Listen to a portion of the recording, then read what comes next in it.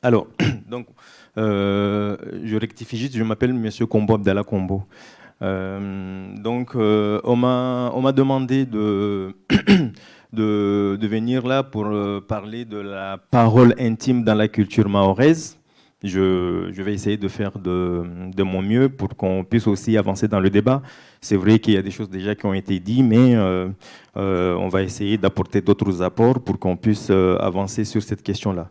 Bon, moi, je ne parle pas directement de la question de la violence sexuelle, mais peut-être ce qu'on va aborder, ça va pouvoir permettre de comprendre d'une manière latente qu'est-ce qui fait qu'à un moment donné, c'est un peu compliqué d'aborder ces questions-là sur la société mahoraise. Alors, on m'a dit aussi de faire vite, donc je vais essayer aussi de faire vite. Dans tout ce qu'on va dire, je vais dire après, il faut qu'on ait en tête, ces éléments-là, c'est-à-dire que le poids de la culture qui influence, qui joue encore un rôle important dans ces affaires-là.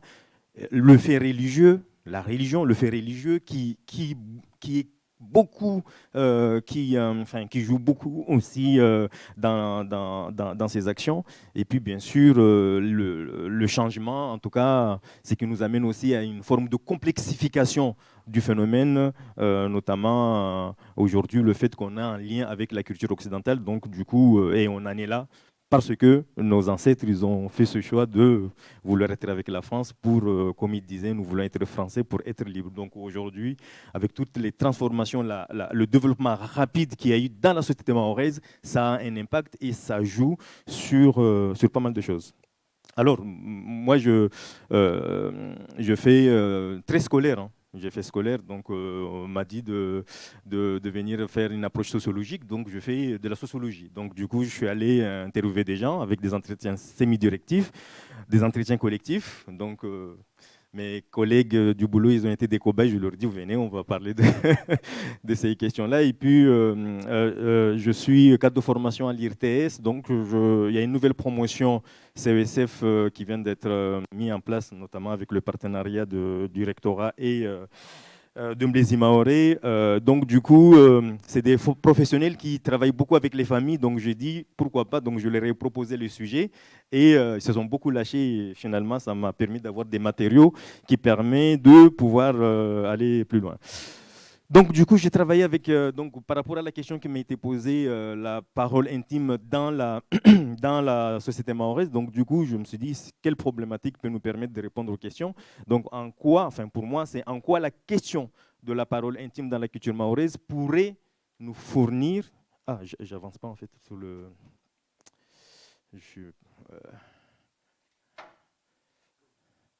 voilà, donc en quoi la question de la parole intime dans la culture mahoraise pourrait nous fournir des clés de compréhension aux violences réelles ou symboliques, anciennes ou actuelles, notamment sur les violences sexuelles faites aux enfants et aux femmes.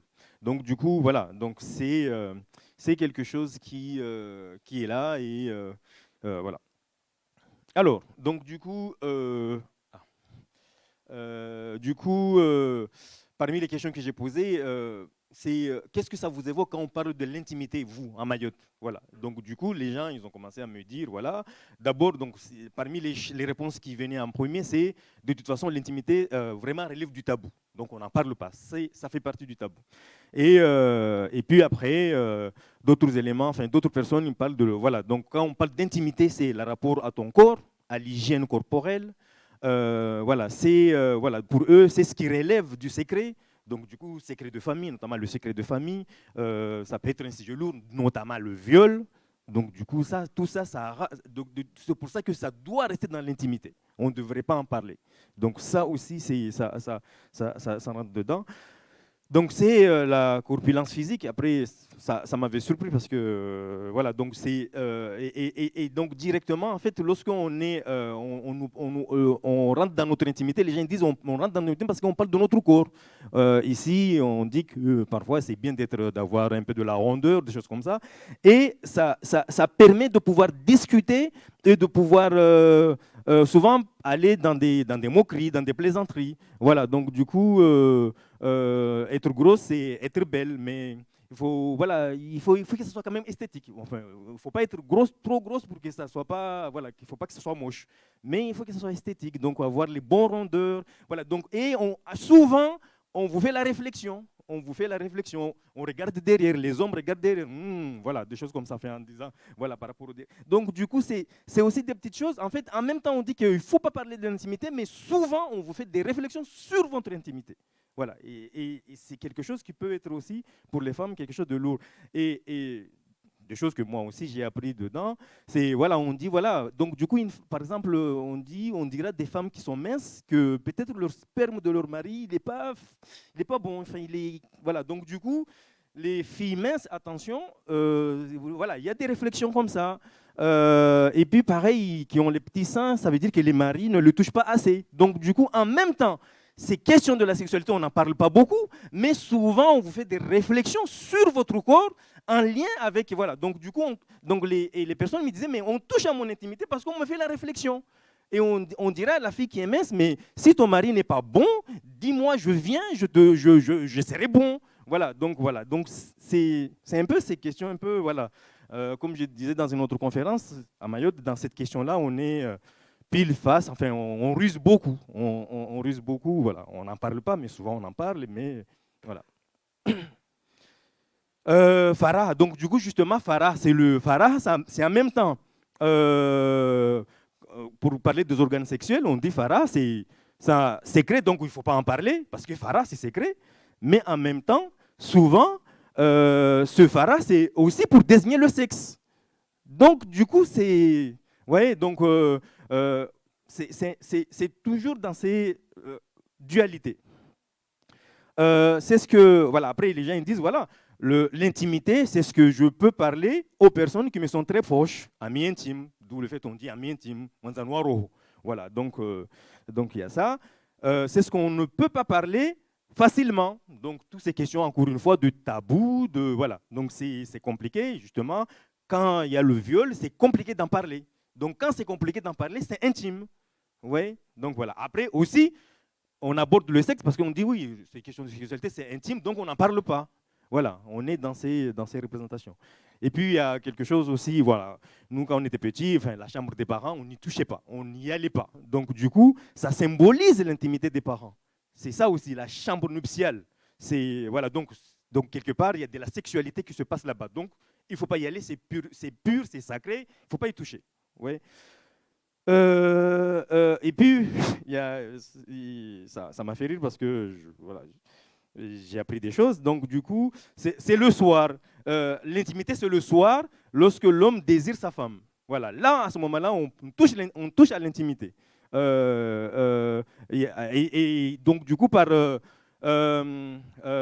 extension, il y en a une qui m'a dit le couple maoré, c'est le soir. Et surtout le soir, quand le monsieur a besoin, a envie.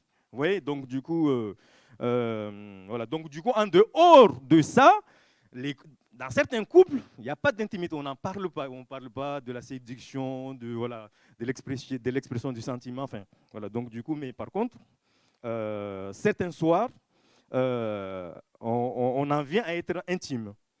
Et puis, bien sûr, l'intime,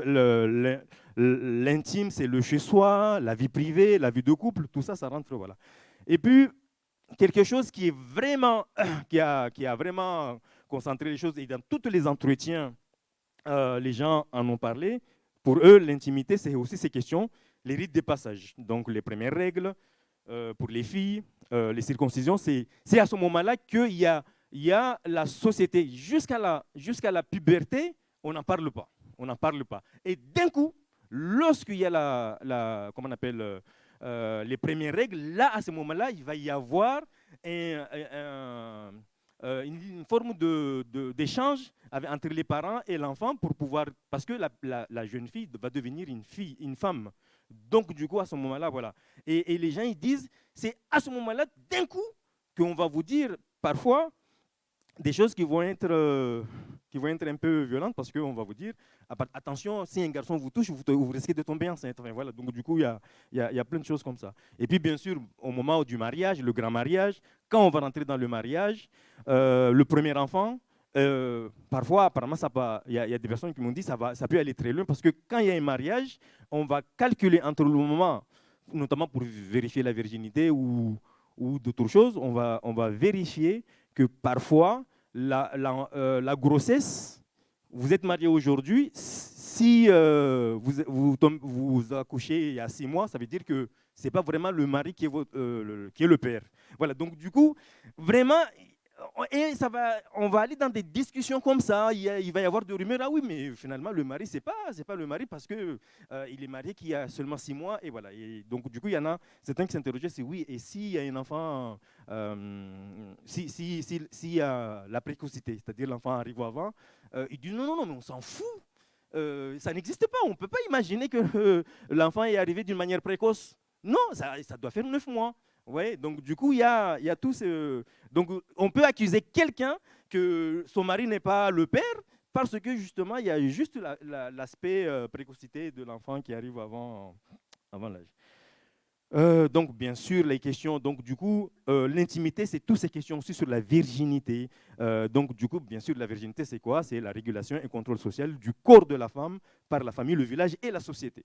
Voilà. Et donc, du coup, tout le monde, au moment du mariage, tout le monde veut avoir son mot à dire pour savoir si la fille était vierge ou pas. Donc, on va rentrer dans l'intimité de la personne, du couple, de la famille, d'où le fait qu'on va même jusqu'à exposer le sang de l'hymen et tout le reste, tout ça, quoi. Donc voilà, donc, pour les personnes, c'est... Voilà. Donc l'intimité, et d'ailleurs, il y a eu des questionnements, oui, mais justement, quand il y a viol et que la personne n'a pas osé dire à un moment donné, lorsqu'on va lui poser la question de la virginité, c'est directement, c'est là où les gens ils vont avoir des blessures parce que justement le traumatisme avec tout le reste, c'est-à-dire qu'ils ont subi quelque chose, ils n'ont pas osé le dire parce que de toute façon c'est compliqué, mais en plus on va aller dans le trauma, dans la stigmatisation par rapport à cette problématique du fait qu'il n'y a pas eu la virginité. Bien sûr, la question de l'enfant, on l'a dit par ailleurs, mais l'enfant, c'est celui qui donne le statut social au couple. Donc, du coup, on attend aussi le premier enfant. Donc, dans le fait qu'on rentre dans l'intimité de gens, dans ces questions d'intimité, on attend le premier enfant. Un couple qui est marié, il n'y a pas d'enfant, ça n'existe pas socialement. Donc, il faut attendre Donc, du coup, pour la femme qui n'arrive pas à avoir d'enfant, il va y avoir tout un acharnement, des questionnements pour pouvoir dire, bon, on va d'abord d'ailleurs soupçonner que la femme n'est pas fertile, mais voilà, donc du coup, il y a toutes ces choses-là. Et ensuite, l'enfant, c'est le fait que l'enfant n'a pas à avoir d'intimité. Donc, c'est normal qu'avant l'adolescence, on n'en parle pas parce qu'il n'y a pas d'intimité. Donc, l'intimité, c'est pour les grands. Donc, du coup, il y a cette idée aussi que, voilà. Donc, du coup, le symbolique de comme il y a une personne qui me disait, chez nous, ma mère refusait qu'on ferme la porte. Parce qu'on est enfant, on n'a pas à avoir d'intimité. Donc, du coup, il peut rentrer à tout moment. Il dit, c'est ma chambre. Donc, vous n'avez pas... Voilà. Donc, du coup, il y a aussi... voilà. Avant la puberté, l'enfant n'a pas d'intimité. Quand il commence à avoir des seins, les poils et tout le reste, là, il y a de l'expression physique que maintenant, on peut s'autoriser à parler de son intimité. Et après, maintenant, la place de la parole pour évoquer l'intimité, les personnes qui sont habilitées à parler de la sexualité, de l'intimité avec les enfants, c'est les grands-parents. Donc, c'est d'où le fait que de toute façon, c'est tout à fait normal que les mères et les pères, ils ont du mal parce que c'est la relation en plaisanterie et les grands-parents ils jouent ce rôle-là. En dehors de certaines instances bien posées, il est compliqué d'avoir voilà, tout ce qu'on a évoqué, comment on appelle, le premier, la circoncision, les règles, le mariage. On a du mal. Donc du coup, mais quand la parole vient, la parole vient comme moyen de freiner la menace. Attention, tu es devenue une fille, tu risques de tomber enceinte, tu risques de perdre ta virginité. Donc là, la parole vient pour mettre en garde, pour menacer. La parole comme moyen de mise en garde, fahamu, ne pas perdre sa virginité, ne pas tomber enceinte en dehors du mariage. Voilà, donc du coup, cette intimité, on la structure autour de de deux choses. Bien sûr, la virginité et la grossesse. Donc là, voilà, donc c'est aussi ces aspects-là. Donc, cette intimité bon, se structure aussi par rapport au genre. Pour les garçons, quand on nous parle de ces questions de sexualité, d'intimité, en tout cas dans la société mahoraise traditionnelle, c'est pour faire des mises en garde. Toi, garçon, attention, il ne faut pas que tu ailles déflorer une fille. Et surtout, à la limite, si tu le fais, il ne faut pas qu'elle tombe enceinte. Voilà, donc du coup, voilà, il y a tout. Donc à chaque fois, c'est des injonctions comme ça. C'est des injonctions comme ça, parce que de toute façon, il y a la réparation, ça a été dit, il y a la réparation si voilà, la fille tombe enceinte. Et puis bien sûr, le symbolique du banga, d'autant plus que le garçon, quand il est pubère, on lui fait comprendre physiquement que comme maintenant il peut exprimer son intimité, il dégage. Tu t'en vas ici, loin de tes sœurs, pour que, voilà, il n'y ait pas, voilà, on écarte le risque. Voilà. Donc du coup, le fait de ne pas d'écarter le risque physiquement, c'est justement pour éviter d'en parler, pour éviter symboliquement d'en parler. Et puis bien sûr, si tu perds ta virginité ou tu tombes enceinte en dehors du mariage, voilà, donc c'est là où la parole vient évoquer cette situation. Et puis bien sûr, comme je vous l'ai dit tout à l'heure, par rapport aux faits religieux, il y a des conséquences immédiates, et notamment dans la parole quand elle vient, c'est que si tu perds ta virginité, ta destinée dans la vie de l'au-delà, c'est l'enfer. Donc du coup, le discours va aller aussi dans ce sens-là. Et puis, du point de vue sociétal, de la société, c'est bien sûr tout ce ça a été dit, le discrédit, la honte, l'humiliation, le déshonneur. Et c'est pour ça que finalement, on évite, voilà, parce que quand on en parle, ça veut dire qu'on incite.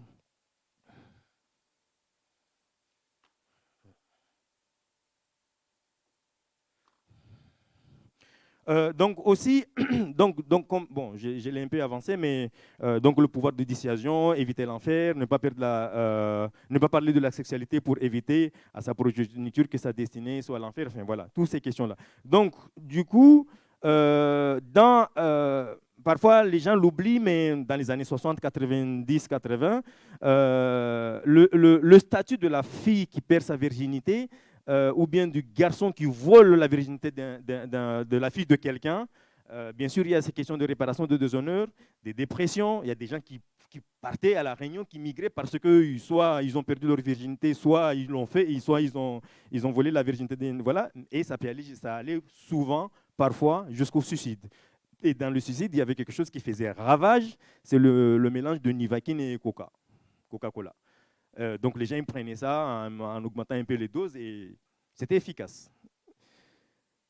Voilà. Et d'ailleurs, il y a un chanteur célèbre qui est ici, qui s'appelle Alpadio, qui disait que dans une de ses chansons, vaut mieux mourir que d'avoir honte. Et on m'a dit que c'est quelque chose qui fait des dégâts parce que c'était popularisé. Si tu as fait quelque chose, tu ne peux pas dire oui, tu as honte. Non, tu disparais. Voilà. Donc voilà quoi. Donc, et donc les filles, quand ils en parlent de ces questions-là, justement, les premières règles, donc l'irruption de la parole, donc ils sont marqués par le fait qu'il y a l'irruption de la parole par rapport à ça. Je dois accélérer, c'est ça? Non, c'est bon, d'accord, ok. Euh, ok, donc du coup, en fait, on vient sur ces questions des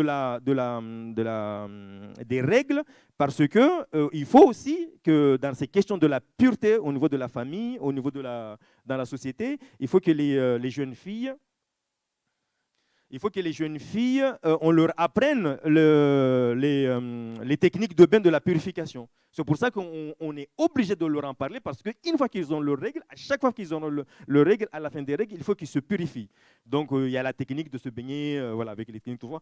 Et donc, du coup, il y a certaines filles, dans la mesure où eux-mêmes, ils avaient du mal à parler de ces questions-là, il y en a qui disaient que le fait qu'il n'y a pas eu de discussion avant, il y en a qui cachaient pendant 3 mois, 5 mois. Il y en a une qui m'a dit pendant 2 ans, j'avais eu mes règles, je n'ai pas dit. Mais il fallait qu'il y ait quelqu'un qui puisse apporter cette parole-là. Donc, c'était les pères. Et donc, du coup, c'est pour ça qu'ils disent que ça leur a manqué le fait qu'il n'y a pas eu cette sensibilisation avant pour qu'on leur dise les choses. Mais les choses, ça leur tombe dessus d'un coup. Voilà, parce que les gens, ils estiment, voilà, parce que là, la famille dit non, là, il faut faire quelque chose, il faut qu'on en parle parce qu'il n'y a pas le choix. Donc, l'entrée dans l'âge adulte en tant que femme, cérémonie, donc du coup, il y a des familles qui font la cérémonie, on offre de l'or et on dit déjà le premier mariage, symboliquement. Et puis, bien sûr, l'entrée en mariage. Et là, pareil, l'entrée en mariage, c'est aussi l'irruption de la parole intime. Parce que c'est là où on va te parler de l'épilation, avec une technique parfois pour les filles, parfois il y en a qui disent que c'était humiliant parce que on dit non, non, il ne faut surtout pas le rasoir. Non, c'est c'est avec la, comment on appelle, non, non, non, non, c'est pas ça. Il y a une crème bien particulière. Vous allez, voilà, la sève, voilà. Mais ici, il y a un arbre qui a à bambou là-bas. On va prendre, voilà, voilà, voilà. Il y en a qui savent. Je ne fais pas d'insinuation. Donc, du coup, bien sûr, toutes ces questions de l'épilation, du son du corps, de l'exposition de l'hymen. Là, à ce moment-là, on va te parler d'un coup de comment la relation sexuelle avec ton conjoint, du bain après le rapport sexuel, sur ces questions de ne pas refuser ton mari parce que c'est ton mari. À partir d'aujourd'hui, c'est ton mari, donc il ne faut rien lui refuser, surtout sexuellement. Ouais. Donc, du coup, bien sûr, avec toutes ces questions aussi de l'arrivée du premier enfant, donc le premier enfant, après le 20e ou le 40e jour, il faut faire le bain. Et là, il y a toute une technique, ça se fait cette fois. Il y a des filles qui me disaient, mais c'est hyper compliqué, c'est vraiment technique. Et pour ça, voilà, il faut savoir. Il y a, comme toujours ces questions, voilà, il y en a qui allaient demander à leur tante parce que c'était compliqué d'en parler avec leur mère. Et puis, bien, toutes ces questions de soins intimes et du corps, le va-et-vient et tout le reste pour que, apparemment, je ne sais pas comment le dire ça sans choquer, pour que après la naissance, il faut faire en sorte à mieux arranger le sexe de la femme pour que ça ne soit pas comme il y a eu un enfant qui est sorti. Enfin voilà, je vous passe le. Donc du coup, il faut refaire les choses pour bien arranger les choses quoi, pour l'homme après. Et puis bien sûr les histoires de circoncision et les mangas pour les garçons, c'est aussi la même chose. Donc, du coup, parmi les choses que un témoignage d'une dame qui me disait que elle a vraiment vécu cette manque de parole, quelques témoignages sur le manque de parole de la parole intime, comme sous forme d'une souffrance. Elle a dit quand elle aurait aimé que sa mère lui parle avant son adolescence de toutes ces questions du changement du corps, qu'elle puisse avoir des réponses apaisées. Et d'ailleurs, elle, dans son histoire, elle a dit que lorsqu'elle est tombée enceinte, lorsqu'elle a eu ses règles, elle est partie dire à sa mère, et sa mère lui a dit j'espère qu'on ne t'a pas défloré. Voilà, donc du coup, elle l'a pris très mal. Et ensuite, elle a dit, moi, je suis allé voir ma mère pour lui dire parce que j'avais besoin de l'argent pour acheter les serviettes. Et donc, comme sa mère lui a parlé, elle se fournissait qu'avec ses copines. Et après, le lendemain, il y avait un daïra dans le village, il y avait les membres de sa famille de son père, et il leur a balancé comme ça, ah, votre enfant maintenant est devenu une femme, préparez-vous. Ouais, et donc, du coup, il a dit, mais ça, c'est mon intimité, je n'ai pas besoin que tout le monde le sache. Voilà. Donc, du coup, ça a été des choses comme ça. Et puis bien sûr, elle évoque l'éducation par la peur, par la fausse information. Donc, ce que je disais tout à l'heure, le fait de tomber enceinte quand un homme te touche. Donc, et plein de témoignages des femmes qui me disent, nous, on nous disait ça. Et il y a quelqu'un qui me dit, il y a un homme qui m'a touché une fois, je suis allé pleurer, et il y a personne qui me trouve en train de pleurer. Qu'est-ce qui t'arrive? Je vais tomber enceinte. Pourquoi? Parce qu'il y a un homme qui m'a touché. Mais non, enfin, voilà. Après la personne lui a expliqué, ça l'a rassuré, mais c'était des choses un peu comme ça, quoi. Et puis tout, la question de la relation avec la mère, de pouvoir échanger d'une manière paisible avec sa mère pour pouvoir parler de tout ça. Et puis, il y a eu même des histoires d'attouchement et de viol dans la famille. Et en fait, elle me dit, c'est la parole de l'adulte qui a du poids. Donc, du coup, nous-mêmes, quand on sait que quand on va raconter ça, qu'il y a eu des attouchements, des choses, on ne va pas nous croire parce que on est petit. Donc, c'est la parole de l'enfant. Donc, la parole de l'enfant n'a pas de poids par rapport. Si je vais dire que c'est mon beau-père m'a violé ou m'a fait des attouchements, de toute façon, on ne va pas te croire, on va davantage croire. Voilà. Donc, dans les représentations,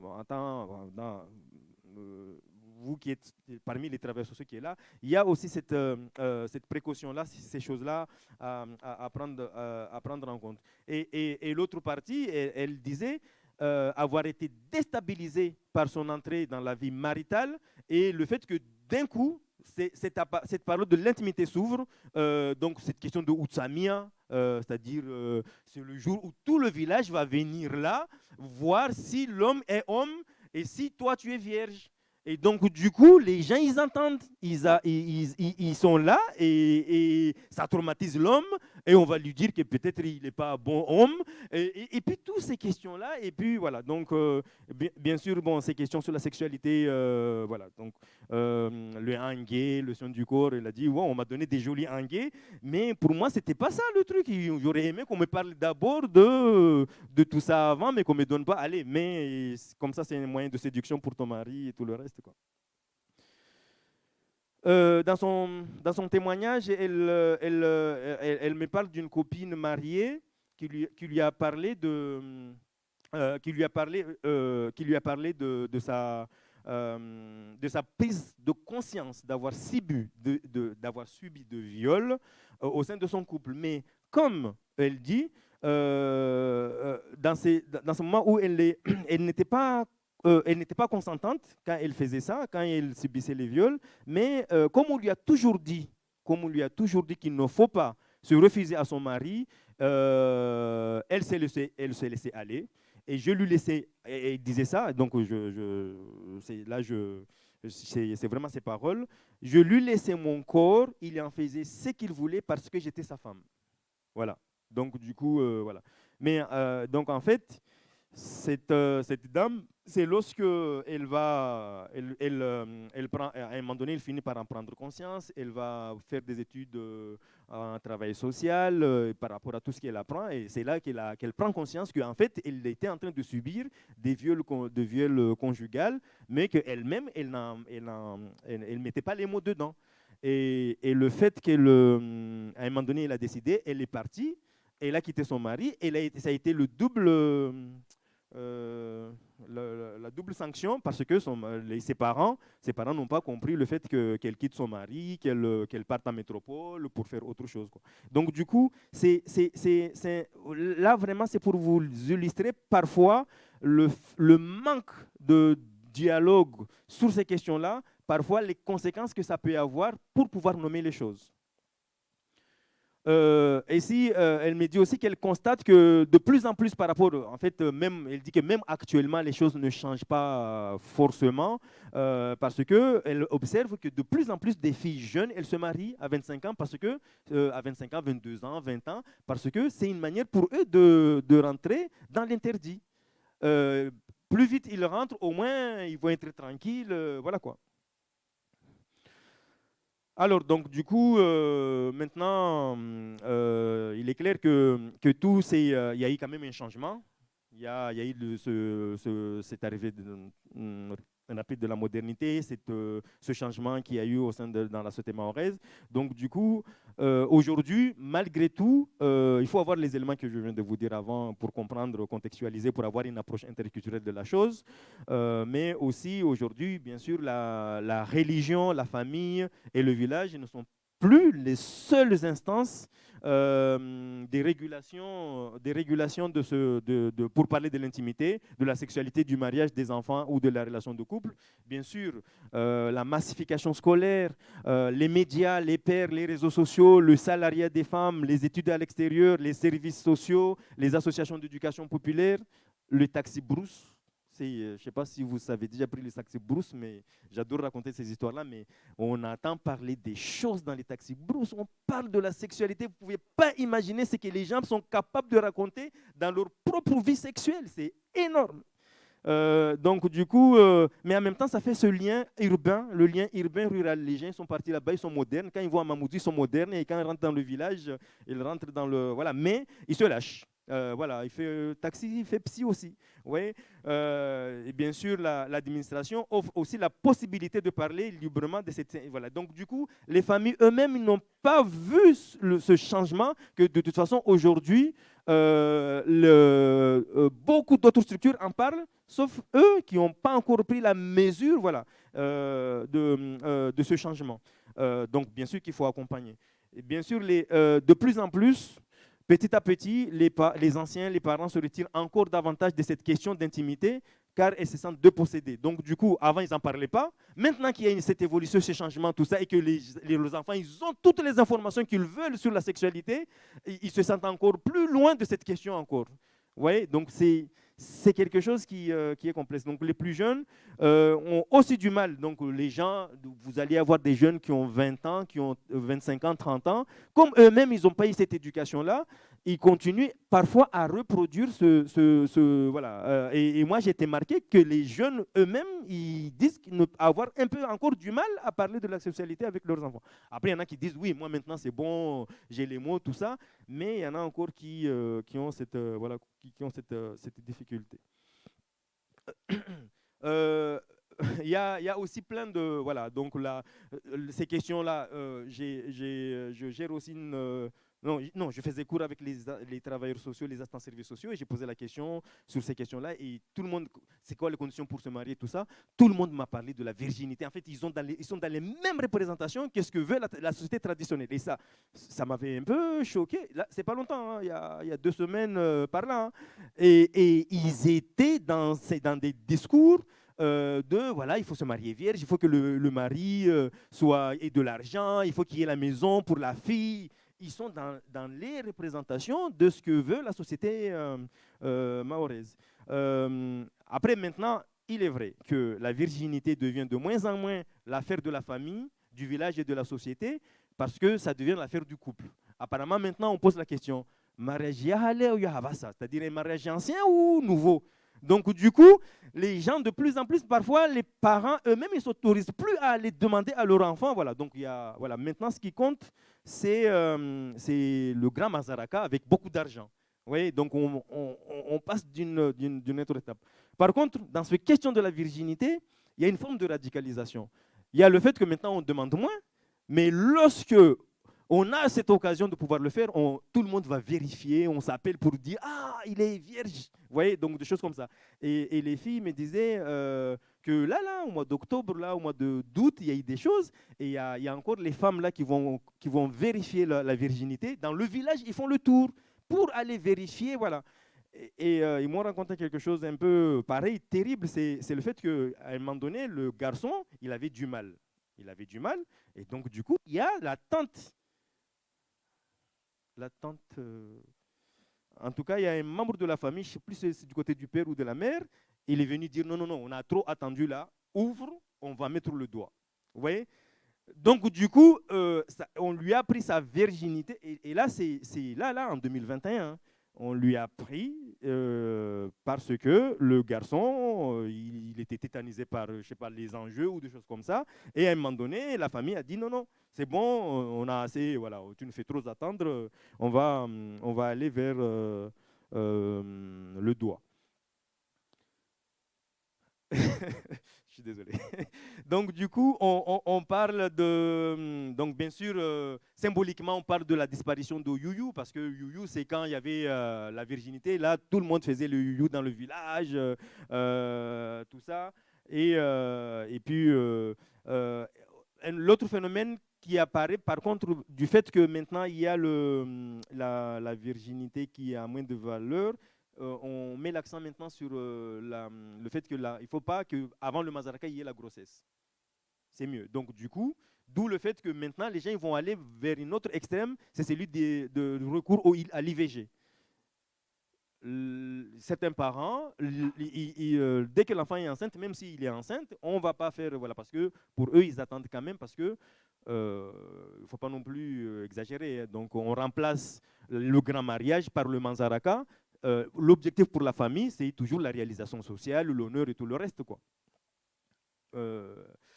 Voilà, donc du coup, maintenant, l'autre phénomène, c'est toutes ces questions-là. Vous l'avez tous vu, entendu, été témoin dans le travail, où on se passe le message, on regarde tout ça. C'est la socialisation de team qui se fait de plus en plus à travers les images, notamment les sextapes. De plus en plus, il y a même des gens qui sont connus qui en font.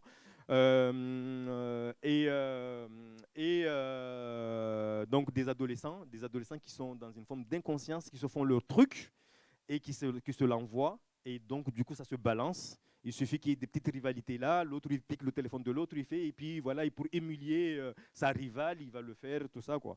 Donc du coup, il y a tout ça. Et puis les hommes, certains grands hommes mahorais, pas forcément grands hommes, mais un peu âgés, qui vont dans des choses, et après eux-mêmes, ils vont envoyer leur sextape à leur hawara, et des choses comme ça, et puis ça balance. Voilà, donc il faut en tout cas faire passer le message que parfois ça peut devenir humiliant, dangereux et encore plus grave que la seule perte de la virginité et d'autres choses.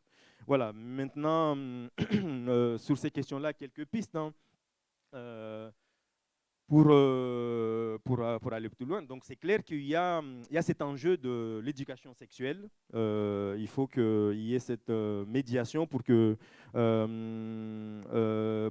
passer à l'éducation au moins à l'éducation sur les sur les réseaux sociaux, surtout tous ces comment on appelle ces transformations que les gens ne maîtrisent plus, que voilà. Donc il y a ce travail-là à faire. Et puis bien sûr comment concilier comment créer les conditions pour que les deux mondes, le monde traditionnel ou en tout cas le monde mahorais et ce qui représente le monde qui vient de l'extérieur, comment faire pour qu'il y ait tous ces concilier ces deux mondes, notamment ça a été dit tout à l'heure pour travailler sur le droit de l'enfant, pour que les gens comprennent les enjeux, parce que parfois c'est pas juste une question d'incriminer, voilà, mais il faut que les gens comprennent que le logiciel a changé et que aujourd'hui c'est le droit commun qui s'applique ici et que voilà, même si c'est ton enfant, tu peux pas faire n'importe quoi. Enfin voilà. Donc du coup, il y a vraiment ce travail-là pour que les gens ils comprennent le sens de ce qu'on va leur dire, que c'est interdit ou c'est pas interdit.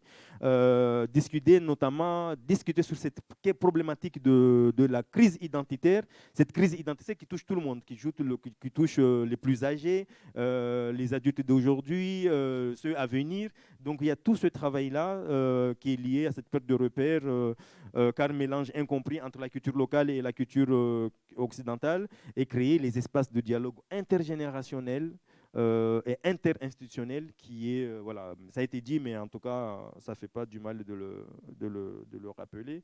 Et dans cette question de l'éducation à la sexualité, bien sûr, la socialisation par les pairs, parce que les pairs entre eux, il y a des gens qui me disaient, quand on est entre pairs, on se raconte des choses, mais parfois des fausses choses. Donc, du coup, il y a une forme de socialisation qu'il faut faire sur les pairs, sur les adolescents, sur les adultes en devenir, pour qu'eux-mêmes ils aient toutes les informations sur c'est toute cette problématique de grossesse précoce, où les gens ne sont pas dans une forme de conscience du consentement. Toutes ces questions-là, il faut qu'on puisse les aborder. La socialisation par la fratrie, il y en a qui disent, moi, j'en parle avec ma soeur, avec mon frère, parce que les grands ne veulent pas en parler. Donc, il faut aussi associer les membres de la fratrie pour qu'eux aussi ils puissent être vecteurs du message. Peut-être qu'eux aussi, il il y a toujours dans la famille, dans la fratrie, quelqu'un qui est chouchouté par la mère. Voilà. Donc, du coup, quand il en parle, il accepte tout. Donc, du coup, ça peut être cet intermédiaire-là qu'on peut envoyer pour parler à la mère. Et puis, socialisation par les autres institutions. Donc, ça se fait, mais il faut que ça communique. Il faut que les gens puissent, voilà, il ne faut pas que la gendarmerie dise, oui, moi, je suis la gendarmerie, voilà, je fais mon job, et puis voilà. Il faut qu'à un moment donné, il y ait quand même un dialogue entre les parents, l'éducation nationale et tout le reste pour que les gens aient le même message, partager le même objectif. Mais si chacun fait son travail d'une manière cloisonnée, c'est ça, hein, cloisonné. Voilà, cloisonné, parfois, il y a des incompréhensions et chacun, voilà. Et il y a de la résistance. Et les Mahorais, ils ont la capacité de montrer qu'ils font de la résistance. Parfois, on va dire oui, ils n'ont pas compris. Non, c'est de la résistance. Les Mahorais, parfois, ils disent oui, mais en fait, ça veut dire non. Accompagnement à l'éducation sexuelle, à la parentalité. Donc là, c'est clair que dans la problématique de l'éducation à la parentalité, il faut intégrer ça dedans. Voilà, donc c'est un pas important par rapport à ça. Et puis, bien sûr, accompagner les parents au droit commun. On ne peut pas aujourd'hui de plus en plus aller vers le droit commun, la départementalisation. Mais cette départementalisation, tout le monde le dit que ça n'a pas été. C'est pas une question que ça n'a pas été préparé. Les gens l'ont voulu et puis les gens ils assument. Mais qu'on puisse leur faire comprendre que le droit commun c'est ça. Si on dit nul n'est, comment on dit, nul n'est censé ignorer la loi. Mais si la personne ne comprend pas la loi, est-ce qu'on peut juste lui dire nul n'est censé ignorer la loi? Si les gens ne le comprennent pas, même s'il est censé le connaître, il ne le connaîtra pas. Hein. Vous voyez? Donc, du coup, il y a toutes ces affaires-là. Donc, il y a un aspect pédagogique entre les services, le procureur l'a dit, voilà, pour que les gens... Il y avait un procureur, quand j'étais chef de projet politique de la ville, qui disait, moi, je suis prêt à venir dans des réunions avec les familles pour leur expliquer que la justice n'est pas là pour punir forcément. Que le juge des enfants, il n'est pas là pour mettre les gens en prison. Il est là pour pouvoir faire la médiation, expliquer les rôles de chacun, et puis voilà. Il y a tout ce travail-là qu'il faut qu'on mène pour que les gens ils comprennent le message et qu'on aille dans le même sens, dans une forme de bienveillance, de compréhension interculturelle. Je vous remercie. Merci beaucoup, Monsieur Combo. Merci. Est-ce que quelqu'un voudrait participer à l'échange? Oui. J'en profite pendant que je vais donner le micro. Moi, j'avais une petite histoire à raconter sur cette idée d'intimité. Moi, j'ai grandi dans une famille qui a vécu en France, donc j'espérais, en tout cas dans ma vie, que mes parents étaient assez ouverts d'esprit pour que certaines des situations que vous avez apportées là ne m'arrivent pas. Mais malheureusement, si, parce que la carence, eh ben, elle est là. Qu'ils aient été à l'extérieur ou pas, la carence de ce qu'eux ont reçu dans leur éducation, elle est toujours présente. Et une fois, j'étais dans la salle de bain, et ma mère rentre, donc je crie, mais un peu d'intimité, voyons. Et elle m'a dit, tu sais dire intimité en mahorais? Voilà. Et elle m'a dit, parce que ça n'existe pas. Donc tu peux continuer à chercher, et c'est totalement vrai, en fait ça n'existe pas.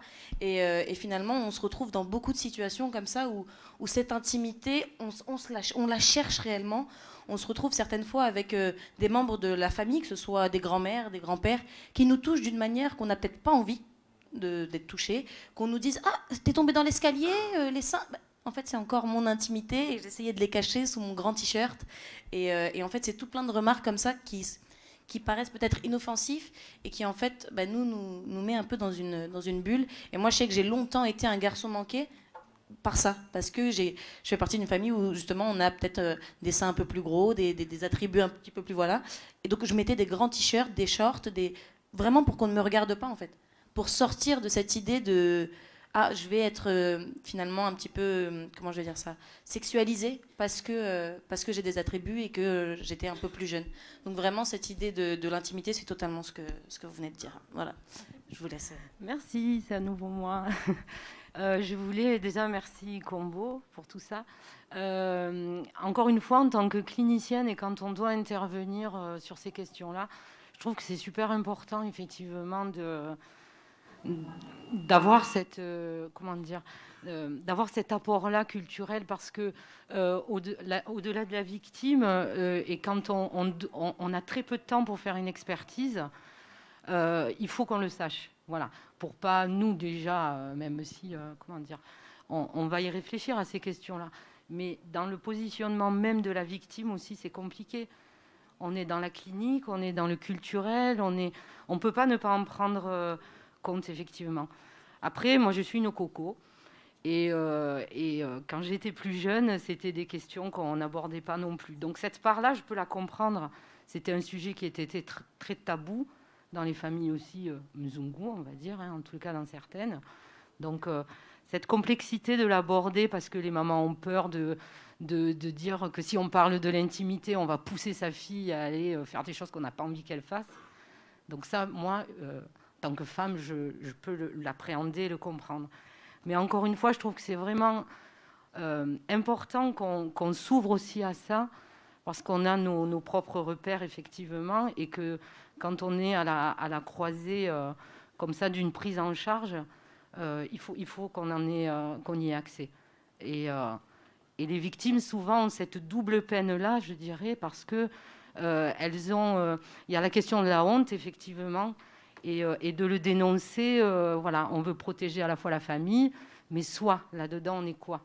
Donc, merci beaucoup de le rappeler, tout ça, parce que je crois que même dans nos pratiques, on ne doit pas l'oublier, quoi. Voilà, c'est ce que je voulais dire. Merci. Donc, moi, je m'appelle Zabibou, je suis conseillère juridique au service aide aux victimes de la CFAV. Monsieur Combo, avec tout le respect que je vous dois, j'aimerais vous faire part de mon ressenti par rapport à votre exposé sur la société mahoraise, sur les us et les coutumes. Donc, pour moi, c'est un tableau assez noir, sombre de notre société mahoraise. Et moi, ça m'a touchée en tant que femme mahoraise, parce que je le suis. Et pour une personne qui va entendre ça, une personne qui n'est pas mahorais ou mahoraise, une personne qui vient, je ne sais pas, de l'Europe ou de l'étranger, quand il va entendre ça, il va dire, le mahorais, c'est une personne bête, la société mahoraise, c'est une société archaïque, c'est des sauvages. Je reconnais que tout est vrai dans ce que vous avez dit. Mais il y a aussi des belles choses dans la société mahoraise. Pour les autres personnes qui ont côtoyé des Mahorais, qui sont rentrées dans les familles mahoraises, il y a quand même de très belles choses aussi. Donc, il faut mettre l'accent dessus. Aussi, par rapport aux freins qu'on a pu dresser, par rapport à l'accompagnement des victimes mineures, par rapport aussi à la famille de la victime qui souvent a une mauvaise image des institutions, par exemple pour les forces de l'ordre qui sont toujours là pour réprimander au lieu d'accompagner. Eh bien non, il faut peut-être faire un travail de pédagogie vers ces familles, dire que le gendarme qui est là, il est pour vous aider, il n'est pas contre vous. Donc il faut énormément de travail au niveau de la sensibilisation, au niveau de l'éducation, au niveau de la pédagogie, un effort au niveau de la proximité aussi vers le parquet, vers les juges, vers toutes ces institutions-là qui sont pour nous, qui sont là pour nous garantir au niveau de la sécurité. Peut-être réfléchir aussi sur un accompagnement taillé sur mesure à ce public mahorais qui ne connaît pas forcément les institutions, les objectifs, leur rôle aussi. Et puis aussi au niveau du système cadial aussi. Moi, j'ai jamais vu de cadi femme, par exemple. Est-ce que quelqu'un connaît un cadi femme? Vous connaissez des cadis femmes, vous? Siti, tu connais, toi? Non, mais au moins, pas forcément le statut de cadi, mais une femme avec une autorité religieuse, parce que pour la femme, des fois aussi, imaginons, je subis une agression sexuelle, moi qui n'ai pas envie de me retourner vers la gendarmerie, les forces de l'ordre, le procureur, je me retrouve mieux dans mon institution de cadre musulman, peut-être aller voir une femme, me confier et qu'elle aurait ce rôle, pas forcément ce rôle, le statut, le chapeau du cadi, mais qui sera là en tant qu'autorité aussi auquel je vais me référer. Donc, pourquoi pas faire un effort là-dessus.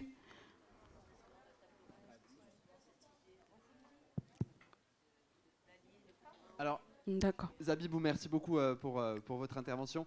Juste pour faire un petit point de précision avant que Combo puisse vous répondre sur le fond, l'idée de cette journée, elle est aussi de proposer une réflexion. Si on a choisi de demander à M. Abdallah Combo d'intervenir, c'est aussi en sa fonction et en sa qualité de sociologue. Et quelque part, la recherche universitaire ne s'embarrasse pas de considérations politiques. Le tableau qu'il nous a dressé là est un tableau qui n'a pas lieu à avoir de valence. C'est-à-dire qu'on n'a pas à se demander si c'est positif ou négatif. C'est un état des lieux. Il conviendra à chacun d'en tirer les conclusions qui lui appartiennent. Je suis ravi que vous, Zabibou, vous ayez eu ce regard là-dessus. Maintenant, je tiens à ce que tout le monde comprenne bien qu'on n'est pas sur un événement de com où on va essayer de lisser un discours dans un sens ou dans un autre, mais bien d'essayer de dresser un état des lieux avec des choses qui sont positives, des choses qui sont moins positives, des choses que certains jugeront positives et d'autres négatives. Et ça, ça appartient à tout un chacun de faire ce choix-là. Mais c'est simplement pour vous dire, Zabibou, que là, l'idée, elle est vraiment d'avoir un état des lieux. Et c'est pour ça que moi, je sais gré à M.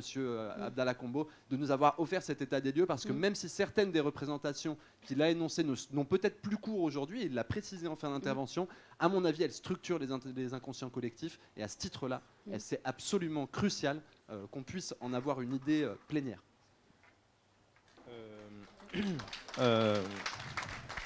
Alors bon, de toute façon, moi j'ai pas de problème avec ça. Hein. On n'est pas là forcément pour être d'accord. Hein.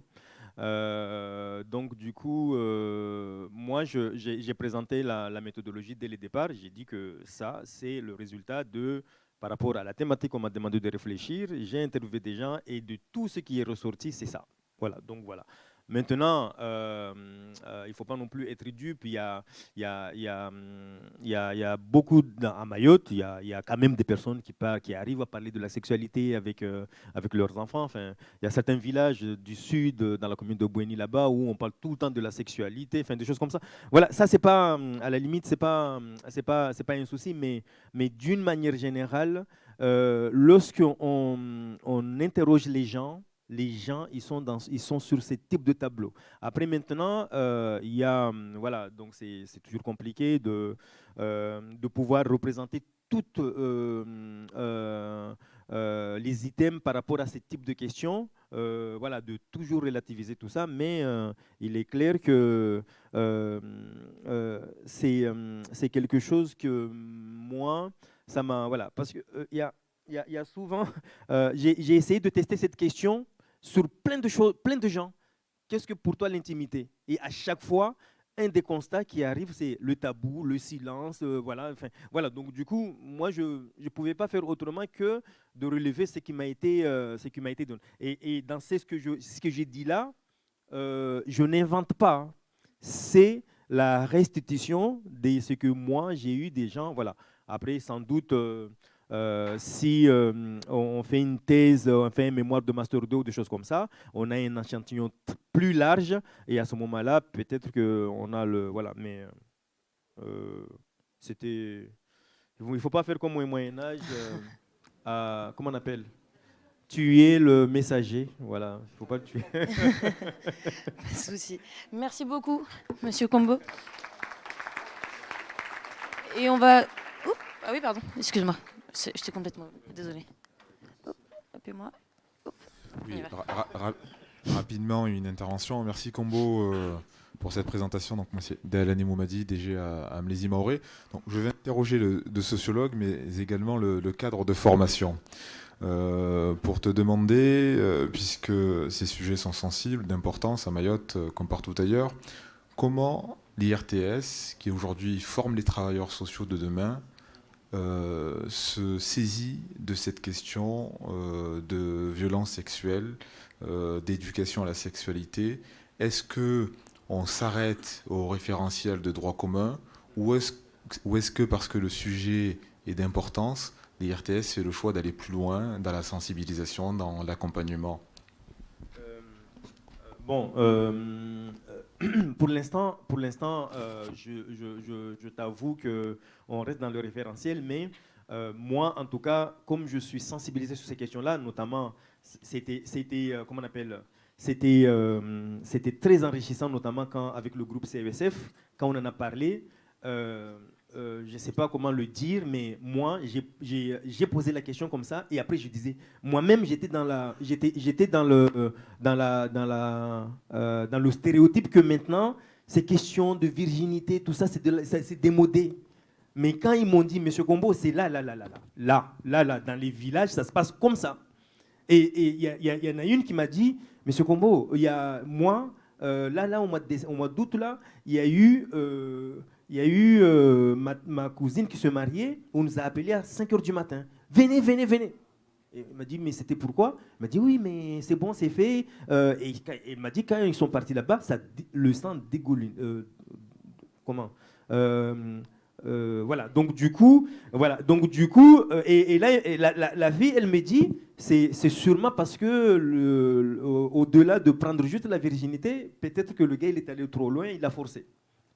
Mais il fallait que les gens viennent constater. Donc la fille, elle était là, elle attendait. Donc du coup, moi-même, en tant que garçon, ça m'a choqué.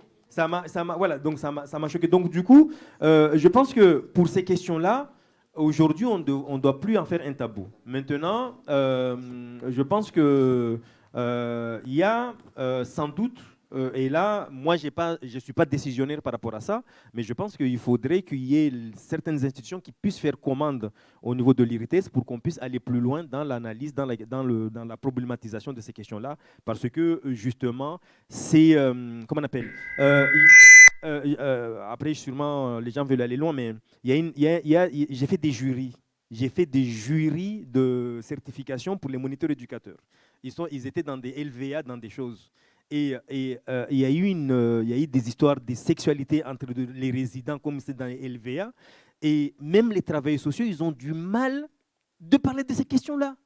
Les travailleurs sociaux mahorais, ils ont du mal parce qu'ils sont dans leur propre représentation. Et j'ai dit, dans les questions, j'ai dit, non, mais vous, en tant que stagiaire, vous n'êtes pas allé plus loin pour interroger l'équipe, amener ça? Non, mais moi, j'ai pas envie d'avoir des problèmes, j'étais en stage. Ouais. Et donc, du coup, il faut qu'il y ait ce travail-là.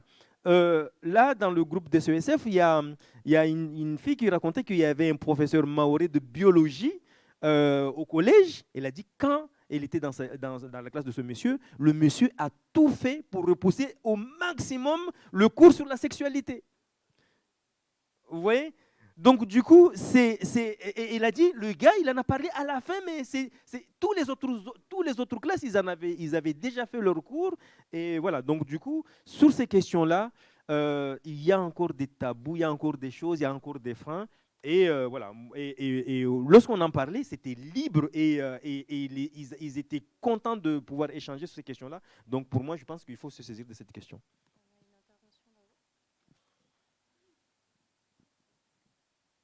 Bonjour, je suis Baka Warda, doctorante en droit public.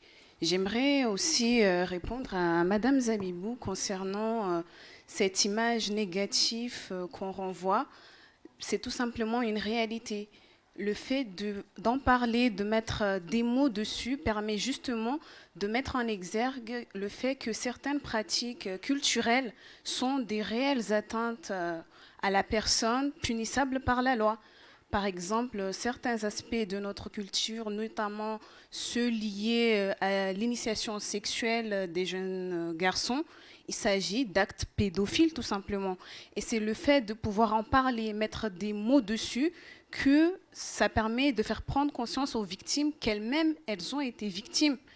Par exemple, comme pratique sexuelle d'initiation au rite à la sexualité, le fait qu'une maman s'occupe d'initier sexuellement un adolescent de 14 ans, c'est-à-dire avoir des rapports sexuels avec cet adolescent-là, c'est un acte de pédophilie. Pareil pour cette pratique du toucher du sein des jeunes filles, on parle d'attouchement sexuel. Donc là, la question n'est pas de renvoyer une mauvaise image de nos sociétés ou la rabaisser, mais mettre en évidence certaines pratiques qui n'ont plus lieu d'être à l'aube du XXIe siècle, tout simplement.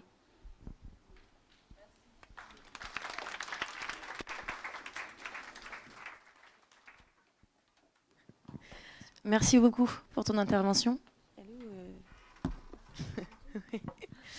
Pas de souci. Donc, du coup, on devait avoir le bilan, mais on va attendre un petit peu avant de l'avoir. Est-ce que quelqu'un voudrait continuer à prendre la parole sur ce sujet ou... Oui.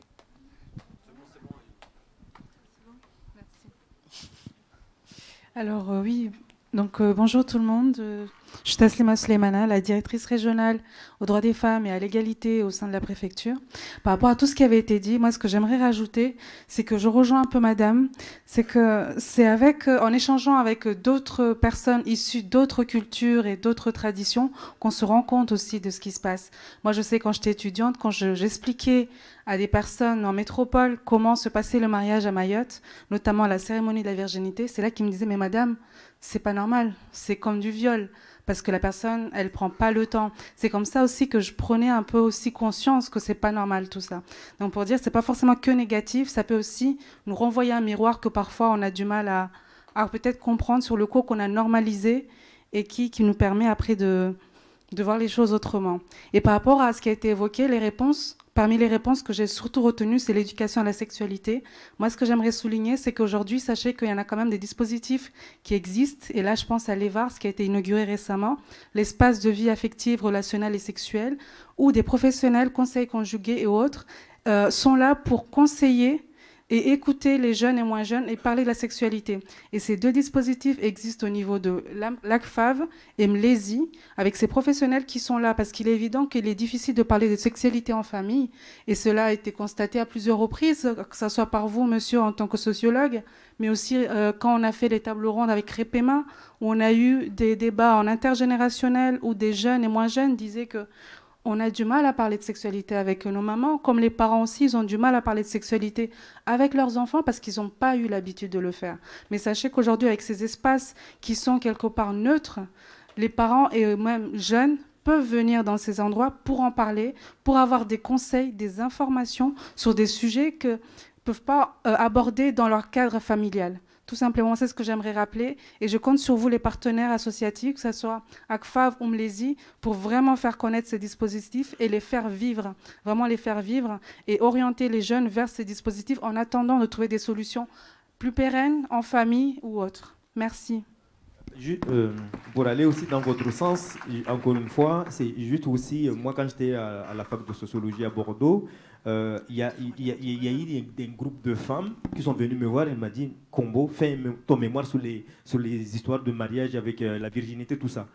Je suis allé voir mon directeur de mémoire, il m'a dit non, c'est pas à toi de aborder cette question-là. Enfin, voilà, donc du coup j'ai abordé sur les couples mixtes noir-blanc, mais c'était les personnes, c'est-à-dire la commande venait des filles parce qu'ils m'ont dit ce sujet-là, il y en a plein qui étaient là-bas qui m'ont dit nous on est ici, on a 25 ans, 26 ans, on est vierge, on est en train de vivre notre frustration sexuelle parce qu'il y a encore ce poids qui nous attend là-bas. Donc voilà, donc du coup il y a besoin qu'on échange sur ces questions-là, après avec une certaine bienveillance, encore une fois je le reconnais facilement, tout ça, il n'y a aucun souci, mais il faut qu'on en parle.